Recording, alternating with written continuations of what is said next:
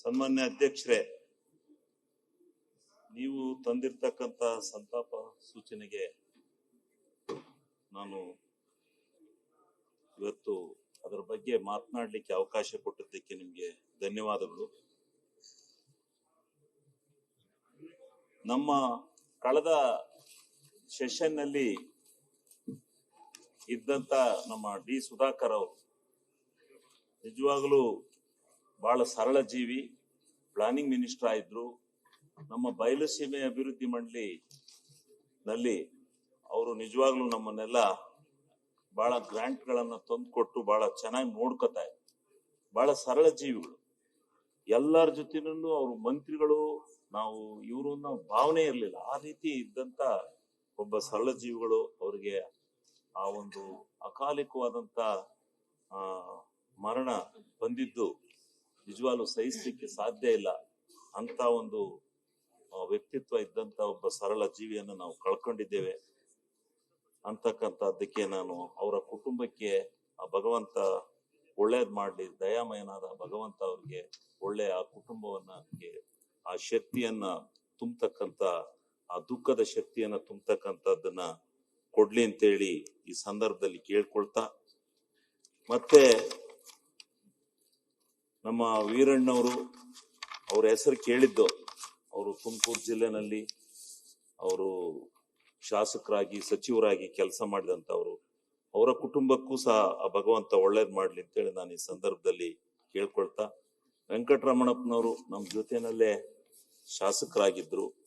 ಶಾಸಕರಾಗಿ ನಮ್ಮನ್ನೆಲ್ಲ ಬಹಳ ಪ್ರೀತಿ ವಿಶ್ವಾಸದಿಂದ ಮಾತನಾಡಿಸರು.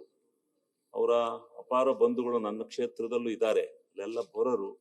ನಿಜವಾಗ್ಲೂ ಅವರು ಸರಳತೆ, ಒಂದು ಅವರ ಆತ್ಮೀಯತೆ ಬಹಳ ದೊಡ್ಡದಿತ್ತು.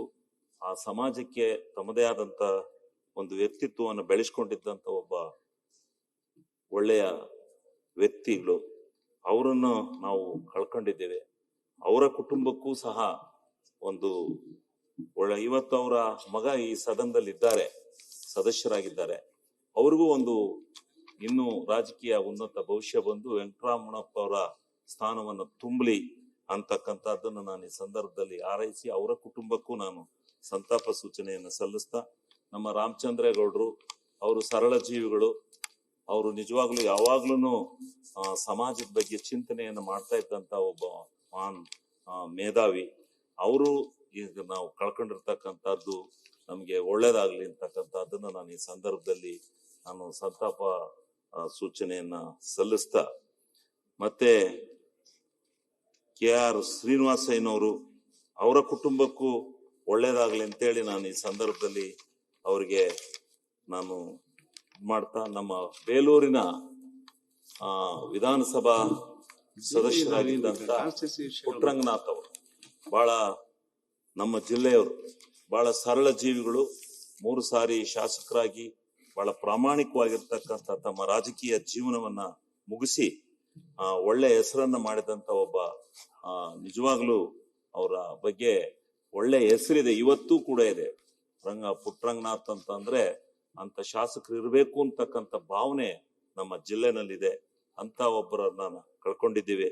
ಅವರ ಕುಟುಂಬಕ್ಕೂ ಆ ಭಗವಂತ ಒಳ್ಳೇದ್ ಮಾಡ್ಲಿ ಅಂತೇಳಿ ನಾನು ಈ ಸಂದರ್ಭದಲ್ಲಿ ಕೇಳ್ಕೊಳ್ತಾ, ಮತ್ತು ಸೈಯದ್ ಹಾಶೀನ್ ರವರು ಅವರ ಕುಟುಂಬಕ್ಕೂ ಆ ಭಗವಂತ ಒಳ್ಳೇದ್ ಮಾಡ್ಲಿ. V ಶ್ರೀನಿವಾಸ್ ಅವರು ಅವರ ಕುಟುಂಬಕ್ಕೂ ಒಳ್ಳೇದ್ ಮಾಡ್ಲಿ. ದಯಾಮಯನಾದ ಭಗವಂತ ಅವರ ಕುಟುಂಬಕ್ಕೆ ಶಕ್ತಿಯನ್ನ ಕೊಡ್ಲಿ, ದಯಪಾಲಿಸ್ಲಿ ಅಂತ ಹೇಳಿ, ಚಂದ್ರಶೇಖರಪ್ಪನವರು ಅವರು ಶಿವಮೊಗ್ಗದವರು. ಅವರು ನಮ್ಮ ಅರಸೀಕೆರೆನಲ್ಲಿ ನಂಟಿತ್ತು, ಬರೋರು ಅವರು. ನಾನು ನೋಡಿದ್ದೆ ಅವ್ರನ್ನ ಒಂದ್ 2-3 ಸಾರಿ.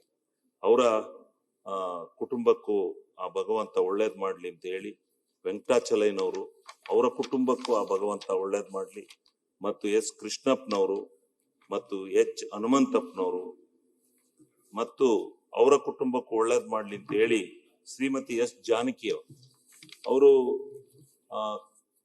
ಅವರು ಗಾನ ಕೋಗಿಲೆ ಅಂತೇಳಿ ಹೆಸರು ಪಡೆದದ್ದೇ ಅಲ್ಲ, ಇಡೀ ಇವತ್ತೂ ಕೂಡ ಆ ಸಂಗೀತದ ರುಚಿಯನ್ನ ಇಡೀ ಕನ್ನಡದಲ್ಲಿ, ಅದರಲ್ಲೂ ಬಹಳ ಉತ್ತಮವಾಗಿ ಬಹಳ ಭಾಷೆಯಲ್ಲಿ ಹಾಡಿದ್ದಾರೆ ಅವರು. ಆದ್ರೆ ಕನ್ನಡಕ್ಕೆ ಮೆರಗನ್ನ ತಂದುಕೊಟ್ಟು ನಮ್ಮ ಭಾಷೆಯಲ್ಲೂ ಇಂಥ ಸಂಸ್ಕೃತಿತವಾಗಿರ್ತಕ್ಕಂಥ ಮತ್ತು ಇಂಥ ಗಾಯನಗಳನ್ನ ಆಡ್ಬೋದೇ ಅಂತಕ್ಕಂಥದ್ದನ್ನ ಹುಚ್ಚೆಬ್ಬಿರಿಸಿ ಯುವಕರಲ್ಲಿ ಬಹಳ ಭಾವನಾತ್ಮಕವಾದಂತ ಗಮನವನ್ನ ಸೆಳೆದಿದ್ದಂತ ಎಸ್ ಜಾನಕಿಯವರ ಕುಟುಂಬಕ್ಕೂ ನಾನು ಈ ಸಂದರ್ಭದಲ್ಲಿ ಆ ಭಗವಂತ ಒಳ್ಳೇದು ಮಾಡ್ಲಿ ಅಂತೇಳಿ ಸಂದರ್ಭದಲ್ಲಿ ಇದು ಮಾಡ್ತಾ, ಶ್ರೀಮತಿ ಆಶಾ ಭೋಸ್ಲೆ ಅವರು ಲತಾ ಮಂಗೇಶ್ಕರ್ ಅವರ ತಂಗಿಯವರು, ಅವರು ಸಹ ನಿಜ ಸಹೋದರಿ ಆಗಿದ್ದ ಅವರು ಸಹ ಒಳ್ಳೆ ಚಿತ್ರ ಗೀತೆಗಳನ್ನ ಆಡ್ತಕ್ಕಂಥದ್ರಲ್ಲಿ ಬಹಳ ಯಶಸ್ವನ್ನ ಪಡೆದಿದ್ದಂತವ್ರು, ಅವ್ರಿಗೂ ಒಳ್ಳೇದಾಗ್ಲಿ ಅಂತ ಹೇಳಿ ನಾನು ಈ ಸಂದರ್ಭದಲ್ಲಿ ಮಾಡ್ತಾ, ಮತ್ತೆ ಕೊನೆಯದಾಗಿ ನಮ್ಮ ಹಾಸನ ಜಿಲ್ಲೆಯಲ್ಲಿ ನಮ್ಮ ಚೆನ್ನಮ್ಮನವರು ನಾವು ಅವರ ವ್ಯಕ್ತಿತ್ವದ ಬಗ್ಗೆ ವರ್ಣನೆಯನ್ನು ಮಾಡ್ಲಿಕ್ಕಾಗಲ್ಲ. ಅವರು ಮನೆಯ ಹೊರಗಡೆ ಬಂದು ರಾಜಕಾರಣವನ್ನ ಮಾಡದೇ ಇದ್ರು, ಪ್ರಪಂಚದಲ್ಲಿ ತೋರಿಸ್ಕೊಳ್ದೇ ಇದ್ರು, ಮನೆಯ ಒಳಗಡೆ ಯಾವ ರೀತಿ ರಾಜಕಾರಣದ ಹಿಡಿತ ಇರಬೇಕು, ಯಾವ ರೀತಿ ಸಂಕಷ್ಟ ಬಂದಾಗ ಅದನ್ನ ನಿವಾರಣೆ ಮಾಡಬೇಕು, ಎಲ್ಲರನ್ನ ಸಂತೈಸ್ಬೇಕು, ಸಮಾಧಾನ ಪಡಿಸ್ಬೇಕು ಅಂತಕ್ಕಂಥದ್ರಲ್ಲಿ ನಾವು ಪ್ರತ್ಯಕ್ಷವಾಗಿ ಅನೇಕ ಉದಾಹರಣೆಗಳನ್ನ ಕಂಡಿರ್ತಕ್ಕಂಥವ್ರು. ಅಂತ ಒಂದು ಕೆಲಸವನ್ನು ಮಾಡಿ ಈ ದೇಶ ಕಂಡಿರ್ತಕ್ಕಂಥ ಒಂದು ಮಾಜಿ ಪ್ರಧಾನಮಂತ್ರಿಗಳವರ ಧರ್ಮಪತ್ನಿಯವರಾಗಿ